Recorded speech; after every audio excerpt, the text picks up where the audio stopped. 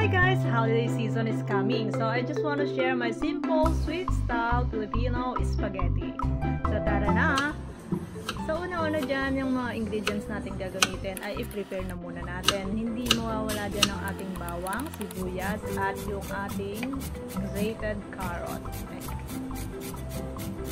So while si ate nyo ay nagre-ready ng ating mga ingredients, magpakulo na muna tayo dyan ng tubig na paglalagaan natin ng ating pasta. So ang ginagawa ko lang pala pag naglalaga ako ng pasta ay naglalagay ako ng asin at saka oil. So prepare na rin natin yung ating meat na gagamitin, yung pampalasa para meaty ang ating spaghetti. So yun, naghiwa ako ng hotdog at syempre kung kumukulo na yung inyong tubig ay palambutin na natin ito ang ating pasta.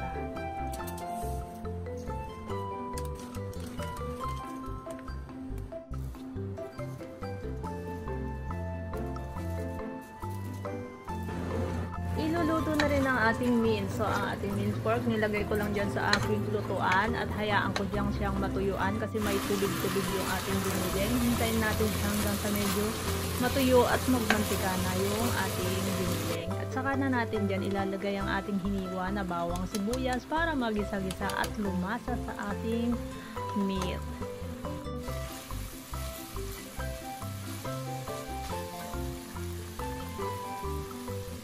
And then ilalagay na rin natin yung ating na-grated na carrot kanina.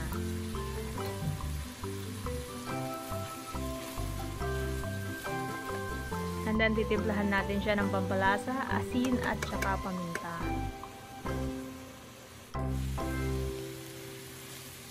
Haluin natin ng bahagya. And then ilalagay na rin natin yung mga nahiwa nating sausage kanina. Ayan.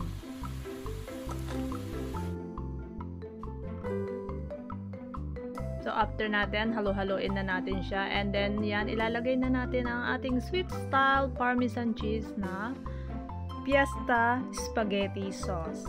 Ayan, so lalagay lang natin isang pakete.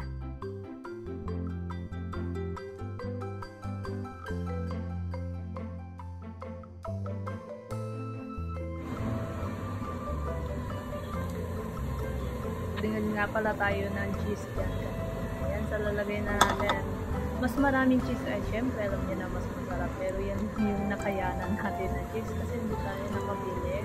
So ayan, ay halu-haluin lang natin and then let it simmer mga about 5 minutes lang hanggang sa medyo kumulo siya. So, then timplahan nyo na, pwede kayong maglagay ng any seasoning na gusto niyo na mas magpapalasa sa inyong spaghetti.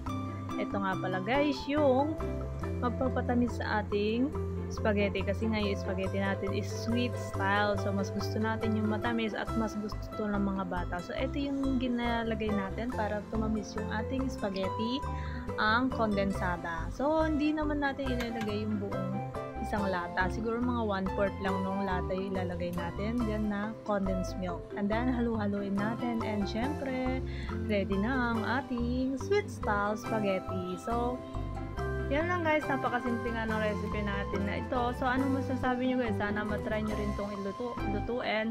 For sure magugustuhan to ng mga bata guys. Yung alam nyo naman mga bata is may mga sweet tooth sila, so magugustuhan nila yung medyo manamis-namis na spaghetti. Ayun lamang, thank you for watching at see you guys next time.